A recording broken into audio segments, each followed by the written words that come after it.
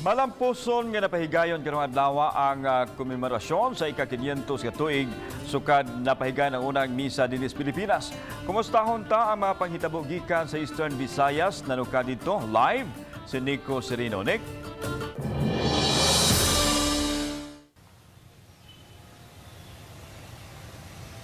Yes lan, bisan sa hulga sa uwan napadayon ug hapsay nga natigayon kining paghandom sa unang misa sa Pilipinas nga gihimo sa Limasawa Island.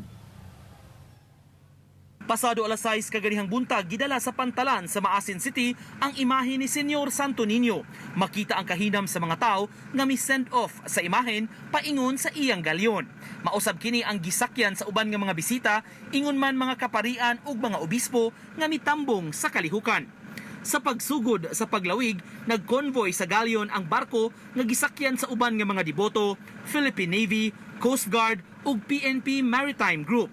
Nasinati ang uwan atol sa biyahe apan gipadayon gihapon kini. Ay dinagsan ng mga tao at lubos kaming nagpapasalamat dahil isa kami sa mga napili na barko na mag-participate dito sa event na ito. Human sa usa ka oras ug tunga nga biyahe, samtang nagkaduol sa Limasawa Island, mas daghan nga mga gagmayng sakayan ang mipaduol ug mihangop sa pag-abot sa senyor. Sa Pantalan sa Barangay Triana, mainiton ang pagsugat sa mga tao sa imahen, timaan sa pagsugod na sa kalihukan.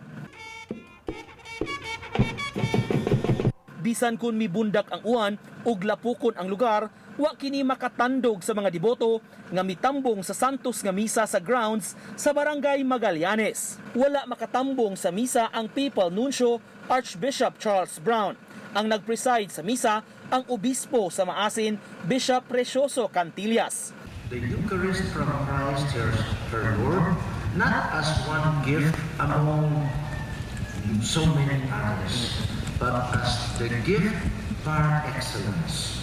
Human sa misa, gihimo ang programa pag-reenact sa panghitabo ni atong tuig 1521 atol sa pagpahigayon sa unang misa sa chaplain sa Magellan Elcano Expedition.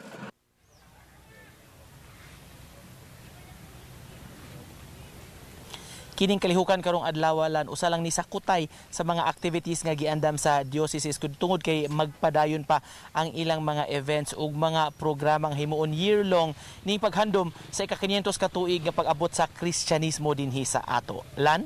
Daghang salamat Nico Serino.